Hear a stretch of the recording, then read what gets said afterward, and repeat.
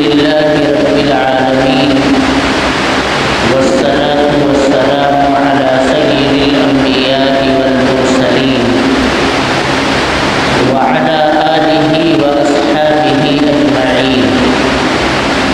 أما بعد فقد قال الله تبارك وتعالى في القرآن المجيد والفرقان الحميد: أعوذ بالله من الشيطان الرجيم. بسم الله الرحمن الرحيم. يا أيها الناس إنا خلقناكم من ذكر وأنثى وجعلناكم شعوبا وقبائل لتعارفوا إن أكرمكم عند الله أتقاكم إن الله عليم خبير. صدق اللہ مولانا العظیم. میرے محترم بزرگوں اور دوستوں، اللہ تبارک و تعالی نے ہم سب کو یعنی تمام انسانوں کو اشرف المخلوقات گردانا ہے. کم و بیش 18,000 مخلوقات میں انسانیت کو اللہ تبارک و تعالی نے جو کمال، جو شعور، جو فضیلت، جو برتری اور شرافت بخشی ہے، وہ کسی اور مخلوق کو حاصل نہیں ہے. انسان میرے محترم بزرگوں اور دوستوں، یہ رشک ملائک ہے. اللہ تبارک و تعالی نے سیدنا حضرت آدم علی نبینا وعلیہ الصلاۃ والسلام، جو انسانیت کے سب سے پہلے فرد ہیں، ان کے سامنے فرشتوں کو جھکنے کا حکم دیا. حالانکہ یہ جھکنا اللہ کے حکم پر تھا، یہ سجدہ اللہ کے حکم کا سجدہ تھا. اس لیے قطعی طور پر یہ نہیں سمجھنا چاہیے کہ غیر اللہ کا سجدہ کرنے کی کوئی اجازت اور کوئی راستہ موجود ہے. یہ اللہ کا حکم تھا. اس جدول آدم سارے فرشتوں کو یہ حکم دے دیا گیا تھا کہ سب کے سب جاؤ اور آدم کا سجدہ کرو. بتائیے کتنے مقرب ہیں وہ اللہ کے، کتنا قرب ہے فرشتوں کو. لا یعصون اللہ ما امرهم ویفعلون ما یؤمرون. جس ڈیوٹی کے اوپر ان کو کھڑا کر دیا گیا ہے، سرے منہ وہ انحراف نہیں کرتے. فرشتوں کی یہ شان ہے. فرشتوں کو اللہ تبارک و تعالی نے اسی خمیر پر پیدا کیا ہے. یہی ان کی فطرت ہے کہ وہ اللہ تبارک و تعالی کی حکم عدولی کرنے کے اوپر قادر نہیں ہے، اور اللہ کا جو بھی حکم ہے فوراً اسے بجا لانے کے لیے ہر وقت وہ آمادہ اور تیار رہتے ہیں. اس کے باوجود بھی انہیں یہ حکم دیا جا رہا ہے کہ اس خاکی پتلے کا، آدم کا سجدہ کرو. اس سے بڑی عزت، اس سے بڑی شرافت اور اس سے بڑی عظمت و برتری کی کیا دلیل ہو سکتی ہے کہ انسان یہ اشرف المخلوقات ہے. مقربین بارگاہ ملائک اور فرشتوں سے اللہ تبارک و تعالی نے سیدنا آدم علی نبینا وعلیہ الصلاۃ والسلام کا سجدہ کروایا.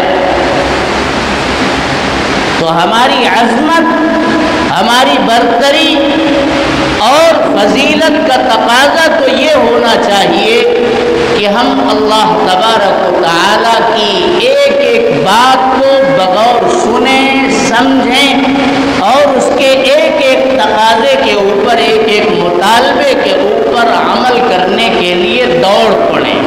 فَاسْتَبِقُوا إِلَى الْخَيْرَاتِ، اللہ نے یہی کہا بھی ہے کہ خیر کے کاموں میں، نیکوکاریوں میں، اچھائیوں میں پیش قدمی کرو، اقدام کرو، آگے بڑھو، ایک دوسرے سے آگے بڑھنے کی کوشش اور جد و جہد کرو۔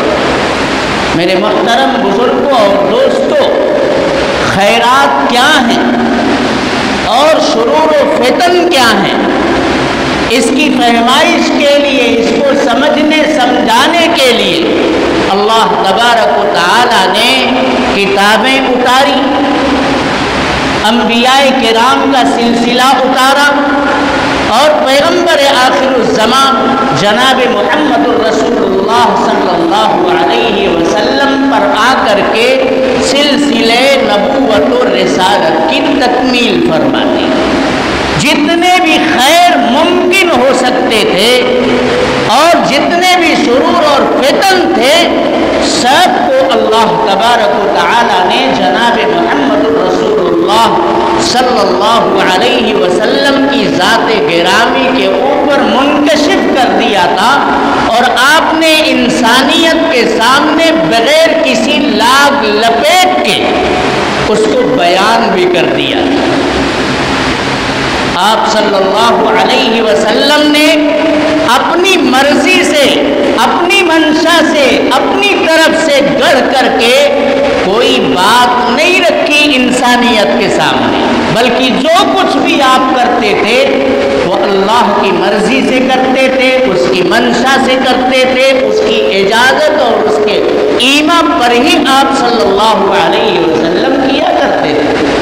آپ نے یہ کبھی نہیں پرواہ کی کہ جن لوگوں کے اندر ہم رہتے اور بستے ہیں، ان کا طریقہ کیا ہے، ان کا عقیدہ کیا ہے، ان کے راستے کیا ہیں۔ آپ کو اچھی طرح سے معلوم ہے کہ اس وقت مکہ المکرمہ اور مدینہ المنورہ کے اندر جس وقت آپ کی بعثت ہوئی ہے، آپ تین گروہ کو مضبوط ترین پائیں گے۔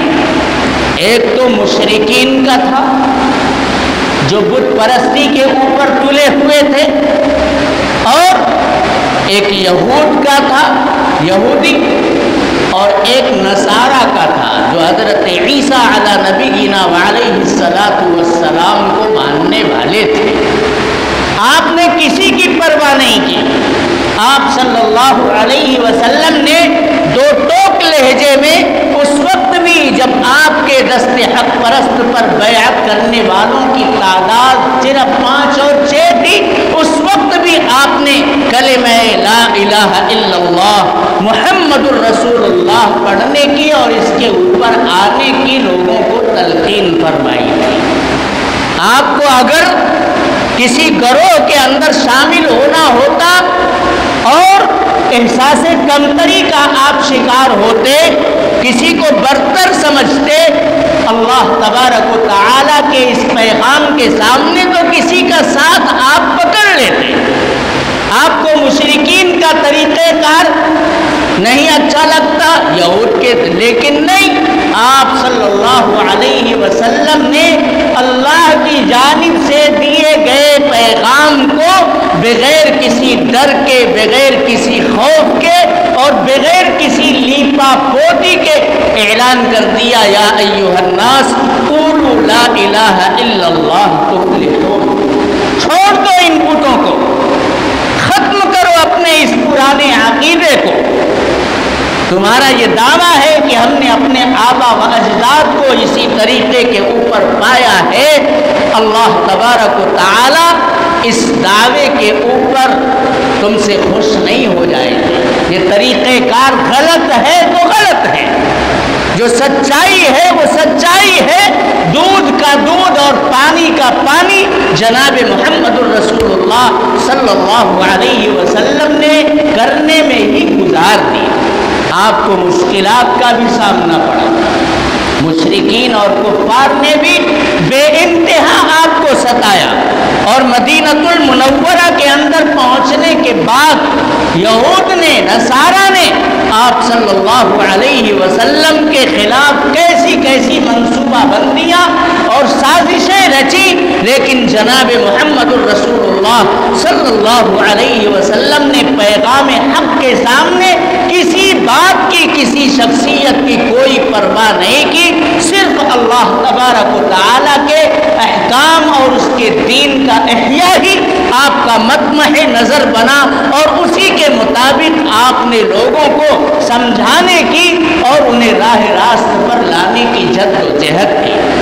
لیکن ان سب کے باوجود میرے محترم بزرگوں اور دوستوں، جناب محمد الرسول اللہ صلی اللہ علیہ وسلم کی پوری زندگی آپ اٹھا کر کے دیکھیے، کہیں پر بد اخلاقی، بدخوئی، کسی کی ہرزہ سرائی، کسی کے خلاف جملے کسنا اور کسی کو بلا وجہ حقیر سمجھنا، اس کو برا بھلا کہنا، جناب محمد الرسول اللہ صلی اللہ علیہ وسلم کی عادت میں بالکل نہیں تھی۔ اللہ تبارک و تعالی اسی لیے آپ کو یہ کہہ کر کے تمغہ عنایت کرتے ہیں، اِنَّكَ لَعَلَىٰ خُلُقٍ عَظِيمٍ، اے پیغمبر، دنیا آپ کو کچھ بھی کہے، لیکن اللہ تبارک و تعالی یہ گواہی دے رہے ہیں، قرآن کی آیت اتار کر کے بتا رہے ہیں کہ آپ تو سب سے عظیم الشان اور بلند ترین اخلاق کے اوپر فائز ہیں، آپ سے اچھے کس کے اخلاق ہو سکتے ہیں۔ جناب محمد الرسول اللہ صلی اللہ علیہ وسلم کی شان میں اللہ تبارک و تعالی یہ کہتے ہیں، فَإِنْ عَصَوْكَ فَقُلْ إِنِّي بَرِيءٌ مِّمَّا تَعْمَلُونَ وَتَوَكَّلْ عَلَى اللَّهِ الْعَزِيزِ الْحَكِيمِ، کہ آپ سے لوگ آپ کی نافرمانی کر رہے ہیں، آپ کی باتوں پر کان نہیں دھرتے ہیں، تو آپ رنجیدہ اور کبیرہ خاطر مت ہوئیے، آپ کہہ دیجئے تم جو کر رہے ہو میرا اس سے کوئی لینا دینا نہیں ہے، آپ اللہ تبارک و تعالیٰ کی ذات پر کامل یقین رکھیے، اس پر توکل کر کے اپنی جد و جہد، اپنی سعی اور اپنی کوششیں جاری رکھیے۔ اللہ تبارک و تعالی آپ کے سجدے کے اندر رونے کو، گر گرانے کو دیکھ رہے ہیں۔ اللہ تبارک و تعالی کے سامنے جناب محمد الرسول اللہ صلی اللہ علیہ وسلم راتوں میں قیام فرما کر کے، رکوع کر کے، سجدے میں گر کر کے انسانیت کو راہ راست پر لانے کے لیے دعائیں کرتے تھے۔ اپنی جد و جہد کی کامیابی کے لیے آپ گڑ گڑایا کرتے تھے۔ اللہ تبارک و تعالی نے اس کی گواہی دی ہے، اللہ دیکھ رہا ہے۔ آپ قیام کی حالت میں، رکوع کی حالت میں، سجدے کی حالت میں رو رو کر کے انسانیت کے لیے دعائیں کر رہے ہیں کہ کسی طرح سے یہ بگڑی ہوئی انسانیت جو خدا فراموشی کے اندر مبتلا ہے، راہ راست کے اوپر آ جائے۔ آپ کسی سے میرے دوستوں اس بنیاد پر جھگڑے نہیں کرتے تھے۔ لوگ آپ صلی اللہ علیہ وسلم کے راستے میں کانٹے بچھاتے تھے، آپ کو گالیاں تک دیتے تھے، آپ کے قتل کی نعوذ باللہ سازشیں کیا کرتے تھے اور کوششیں بھی اس طرح کی کرتے تھے۔ اللہ تبارک و تعالی کی طرف سے تحفظ ہوتا تھا، آپ کو باقی رکھنے کا اور آپ کی رسالت کو عام کرنے کا یہ اللہ تبارک و تعالی کی طرف سے فیصلے تھے، ورنہ کیسی کیسی سازشیں تھیں جو اس زمانے میں جناب محمد الرسول اللہ صلی اللہ علیہ وسلم کے خلاف نہیں کی گئی۔ ساری کوششیں پانی میں مل جاتی تھی، اللہ تبارک و تعالی کی طرف سے تدبیر آتی تھی، بچاؤ ہو جاتا تھا اور آپ صلی اللہ علیہ وسلم محفوظ۔ لیکن آپ نے کبھی بھی اپنے دشمنوں کے خلاف میرے محترم بزرگوں اور دوستوں بد اخلاقی کا مظاہرہ نہیں کیا۔ آپ حسن خلق کی تعلیم دیا کرتے تھے، آپ یہ کہتے تھے انما انا بعثت لاتمم مکارم الاخلاق، مجھے تو میرے رب نے پیدا ہی اس مقصد کے لیے کیا ہے کہ میں مکارم اخلاق کی تکمیل کروں، بد اخلاقیوں سے لوگوں کو نکال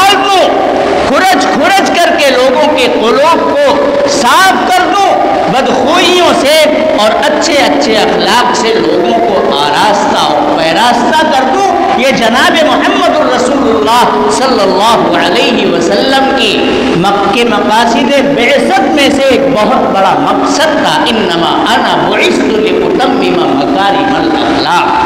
دنیا بد کرداریوں سے، بد اخلاقیوں سے بھر چکی تھی، سارے کردار پامال ہو رہے تھے، اقدار انسانیت کے ختم ہو رہے تھے۔ حضور پاک صلی اللہ علیہ وسلم نے اس کو بحال کیا۔ آپ صلی اللہ علیہ وسلم نے یہ تلقین فرمائی ہے انسانیت کے لیے کہ جب آئینہ دیکھو اور اپنی شکل و صورت کا حسن و جمال تمہاری نگاہوں میں آئے، اس وقت یہ دعا پڑھا کرو، اللہم احسنت خلقی فاحسن خلقی۔ اے اللہ، تو نے مجھے بہترین ناپ و نقشہ عطا کیا ہے، مجھے خوبصورت بنایا ہے، حسن و جمال کا پیکر بنایا ہے۔ ہر انسان میرے محترم بزرگوں اور دوستوں خوبصورت ہے، بس فرق مراتب ہے، کسی کے اندر خوبصورتی کم ہے، کسی کے اندر خوبصورتی زیادہ ہے، لیکن اللہ تبارک و تعالیٰ نے کیا فرمایا ہے؟ لقد خلقنا الانسان فی احسن تقویم۔ سب سے بہترین اور خوبصورت سانچے کے اندر ہم نے انسانیت کی تخلیق کا کاروبار شروع کیا اور اسے تکمیل تک پہنچایا ہے۔ تو اللہ تبارک و تعالیٰ نے انسانیت کی تخلیق کا جو سانچہ ہے اسے حسین و جمیل بنایا ہے، تو اس سے ڈھلنے والا بھی حسین اور جمیل ہوگا۔ کالے گورے کا، سامنے کا، خوبصورت کا فرق ہو سکتا ہے، لیکن میرے محترم بزرگوں اور دوستوں، ہمارے چہرے کے اوپر چمچماتی یہ آنکھیں، یہ روشن پیشانی، یہ خوبصورت گال، یہ ناک، میرے دوستو یہ کتنے اچھے ہیں۔ تمام مخلوقات کی تخلیق کے جتنے بھی سانچے ہیں، سب سے خوبصورت ترین سانچہ انسانیت کو پیدا کرنے کا سانچہ ہے۔ اللہ تبارک و تعالیٰ نے سورہ والتین کے اندر اس بات کو ارشاد فرمایا ہے۔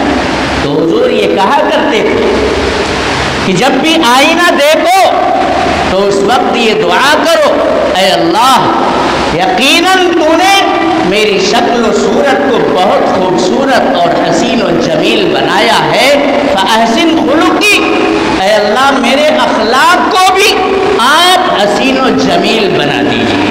میرے محترم بزرگوں اور دوستوں، اسلام کی بنیادیں تو 5 چیزوں کے اوپر ہیں، لیکن خوبصورت رنگ و روغن ان بنیادوں کے اوپر اخلاق کریمانہ کے ذریعے سے ہی کیا جا سکتا ہے۔ آپ کو اگر دنیا کی اقوام کو متاثر کرنا ہے تو جناب محمد الرسول اللہ صلی اللہ علیہ وسلم کے پاکیزہ اخلاق کو بروئے کار لائیے۔ آپ صلی اللہ علیہ وسلم نے کیسے کیسے اخلاق کے ذریعے سے لوگوں کے دلوں کو فتح کیا ہے۔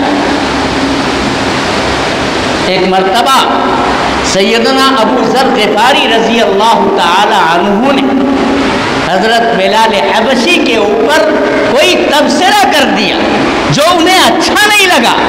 وہ حبش کے رہنے والے تھے اور حبشہ کے لوگ کالے ہوتے ہیں، کوئی تبصرہ، کوئی جملہ کس دیا۔ جناب محمد الرسول اللہ صلی اللہ علیہ وسلم نے بلایا، ابو ذر تم نے یہ کیا کیا؟ تمہارے اندر زمانے جاہلیت کی خوبو آج بھی موجود ہے، اور برادرانہ چشمک یہ بھی تمہارے اندر آج بھی موجود ہے۔ یہ بہت بری بات ہے۔ اسلام قطعاً اس بات کو پسند نہیں کرتا ہے کہ تم کسی کی شکل و صورت کے اوپر اور کسی کی برادری کے اوپر، کسی کے علاقے کے اوپر، کسی کے کلچر اور تہذیب کے اوپر بلا وجہ کا تبصرہ کرو۔ ہاں، اگر تہذیب بگڑی ہے، کلچر بگڑا ہوا ہے تو اسے راہ راست پر لانے کی کوشش کرو، لیکن کسی شخص کے چہرے کے اوپر تبصرہ کرو، اسلام قطعاً اس کو پسند نہیں کرتا ہے۔ سیدنا ابو ذر غفاری رضی اللہ تعالی عنہ مسجد سے باہر نکلے اور انہوں نے اپنے چہرے کو زمین کے اوپر ملنا اور رگڑنا شروع کر دیا. اتنا میرے محترم بزرگوں اور دوستوں جناب محمد الرسول اللہ صلی اللہ علیہ وسلم کی بات کا اثر پڑا اور کہا کہ بلال جب تک تم میرے چہرے کو اپنے پیروں سے رود نہیں دو گے تب تک میں اپنے چہرے کو اسی مٹی کے اندر رگڑتا رہوں گا.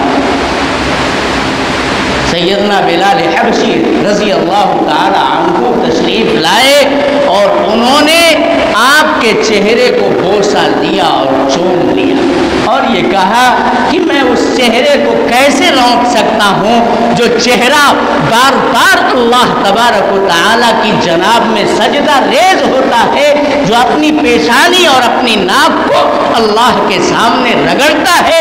میری کیا مجال ہے کہ میں اس چہرے کے اوپر اپنا پیر رکھوں. الغرض یہ معافی اور تلافی ہو گئی. دونوں حضرات رونے لگے. جناب محمد الرسول اللہ صلی اللہ علیہ وسلم اس طرح سے لوگوں کی فہمائش کیا کرتے تھے. ایک واقعہ سیرت کی کتابوں میں لکھا ہے, جب میدان بدر میں مسلمانوں کو فتح حاصل ہو گئی اور اس کے اندر بہت سارے لوگوں کو تیز بھی کیا گیا, 70 جنگی قیدی یہ پکڑے گئے اور جناب محمد الرسول اللہ صلی اللہ علیہ وسلم انہیں لے کر کے مدینہ المنورہ تشریف لا رہے ہیں. حضرت اسید ابن حضیر جو مشہور اور بزرگ صحابی ہیں وہ کسی وجہ سے جنگ بدر کے اندر شریک نہیں ہو سکے. مدینہ المنورہ سے باہر نکل کر کے ایک مقام پر وہ جیتی ہوئی اس فوج کا استقبال کرنے اور مبارکباد دینے کے لیے کھڑے تھے. جب یہ لوگ آئے حضور پاک صلی اللہ علیہ وسلم کے ساتھ تو آپ نے آپ صلی اللہ علیہ وسلم کو اور مسلمان فوجیوں کو مبارکباد پیش کی کہ اللہ تبارک و تعالی نے اتنی قلیل اور چھوٹی سی تعداد میں جو فوج تھی امت مسلمہ کی, اسے فتح سے ہمکنار کیا. مشرکین کے خواب کو خاک میں ملا دیا, ان کے غرور کو اللہ تبارک و تعالی نے توڑ دیا اور مبارکبادی کا میرے محترم بزرگوں اور دوستوں جملہ آپ نے اسید ابن حضیر نے ارشاد فرمایا. حضرت سلمہ ابن سلامہ ایک صحابی ہیں, نوجوان فوجی ہیں, جوش مارتا ہوا خون ان کی رگوں کے اندر دوڑ رہا ہے. انہوں نے مبارکبادی کے کلمات سن کر کے یہ کہا کہ کفار اور مشرکین کی فوج تو قربانی کے جانور کی مانند تھی, ہم نے انہیں گاجر مولی کی طرح سے کاٹ کر کے پھینک دیا. یہ جملہ سننا تھا, جناب محمد الرسول اللہ صلی اللہ علیہ وسلم کا تیور بدل گیا اور آپ صلی اللہ علیہ وسلم نے حضرت سلمہ ابن سلامہ کو مخاطب کر کے یہ کہا کہ اے نوجوان, جنہیں تم یہ کہہ رہے ہو کہ وہ قربانی کے جانور کی طرح سے تھے اور ہم نے انہیں گاجر مولی کی طرح سے کاٹ کر کے پھینک دیا, وہ گاجر مولی نہیں تھے, وہ انتہائی معزز لوگ تھے, وہ انتہائی طاقتور لوگ تھے, وہ فوجی تھے, ان کے اندر جنگی ساز و سامان ان کے پاس تھے, ان کے پاس حوصلے تھے, وہ معزز تھے, حوصلہ مند تھے, طاقتور تھے. تم یہ کہہ کر کے ان کی توہین کرنے کی بالکل تمہیں اجازت نہیں ہے کہ وہ تو قربانی کے جانوروں کی مانند تھے, مولی گاجر کی طرح سے تھے, ہم نے انہیں کاٹ کر کے پھینک دیا. اور سنو, جو تمہیں فتح حاصل ہوئی ہے وہ صرف اس بنیاد پر حاصل ہوئی ہے کہ اللہ تبارک و تعالی کی تائید اور نصرت تمہارے شامل حال تھی جس سے وہ لوگ محروم تھے. کیا بتایا جناب محمد الرسول اللہ صلی اللہ علیہ وسلم نے؟ میرے دوستو, اپنوں کو تو یہ بتایا کہ فتح کے نشے میں چور ہو کر کے کسی کی تحقیر اور تذلیل کرنے کی اجازت نہیں ہے۔ آپ اس کو حقیر مت سمجھیے، آپ اس کو کمتر مت گردانیے، آپ اس کے احترام کو ملحوظ رکھ کر کے ہی آپ اس سے بات کر سکتے ہیں، بھلے ہی وہ آپ کے سامنے شکست خوردہ ہے۔ جناب محمد الرسول اللہ صلی اللہ علیہ وسلم نے دوسری بات یہ کہنے کی کوشش کی کہ دیکھو، نشے میں چور ہو کر کے تکبر کا جملہ نہیں کہنا چاہیے۔ غرور اور گھمنڈ یہ اللہ تبارک و تعالیٰ کو قطعاً پسند نہیں ہے۔ آپ نے کیا کہا کہ تم غرور کے اندر کیوں مبتلا ہو؟ فرق صرف یہ ہے کہ تمہارے ساتھ اللہ کی تائید اور نصرت تھی، اور یہ کفار و مشرکین اللہ تبارک و تعالیٰ کی تائید اور نصرت سے محروم تھے۔ تم اپنے زور پر نہیں، اپنے بل پر نہیں، اپنی طاقت پر نہیں اتراؤ، بلکہ اللہ تبارک و تعالیٰ کی تائید اور نصرت کے قائل بنو کہ اللہ کی تائید سے یہ فتح حاصل ہوئی۔ اور دوسری بات، وہ جو ساتھ میں جنگی فوجی قیدی بنا کر کے جناب محمد الرسول اللہ صلی اللہ علیہ وسلم کے ساتھ لائے جا رہے تھے، ان کی بھی ایک طرح سے یہ جملہ کہہ کر کے آپ نے ڈھارس بندھائی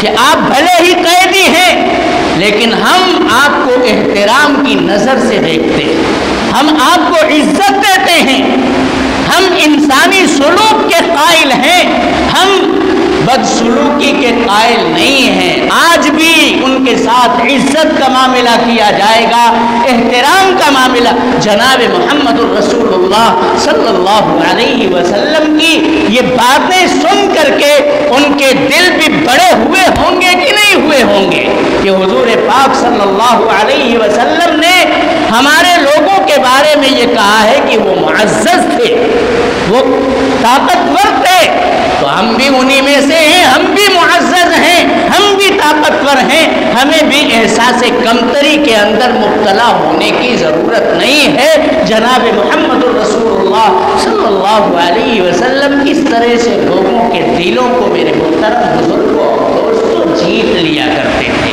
آج ہمیں تھوڑا سا مال، تھوڑا سا اقتدار، تھوڑا سا جاہ اور منصب، اور اپنے سماج میں، اپنے گھر میں تھوڑا سا اگر لوگ بڑا سمجھ لیتے ہیں تو ہم فرعون وقت بن کر کے اپنے ماتحتوں کے ساتھ کیسی کیسی بدسلوکیوں کو روا رکھتے ہیں۔ اللہ تبارک و تعالیٰ نے ہمیں برادریوں کے اندر بانٹا ہے، علاقوں کے اندر تقسیم کر کے رکھا ہے، تو اس بنیاد پر نہیں کہ ایک علاقے کے لوگ دوسرے علاقے کے لوگوں کو حقیر اور کمتر سمجھیں، ایک برادری کے لوگ اپنے آپ کو بڑا تصور کریں اور دوسروں کو کمترین خیال کریں۔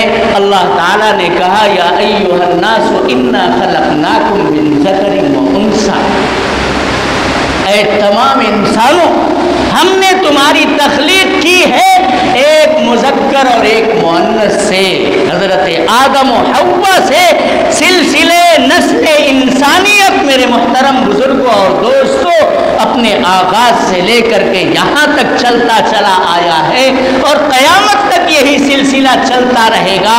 ہم سب کے ماں باپ وہی ایک ہیں، وہی سے ہماری نسل چلتی ہے۔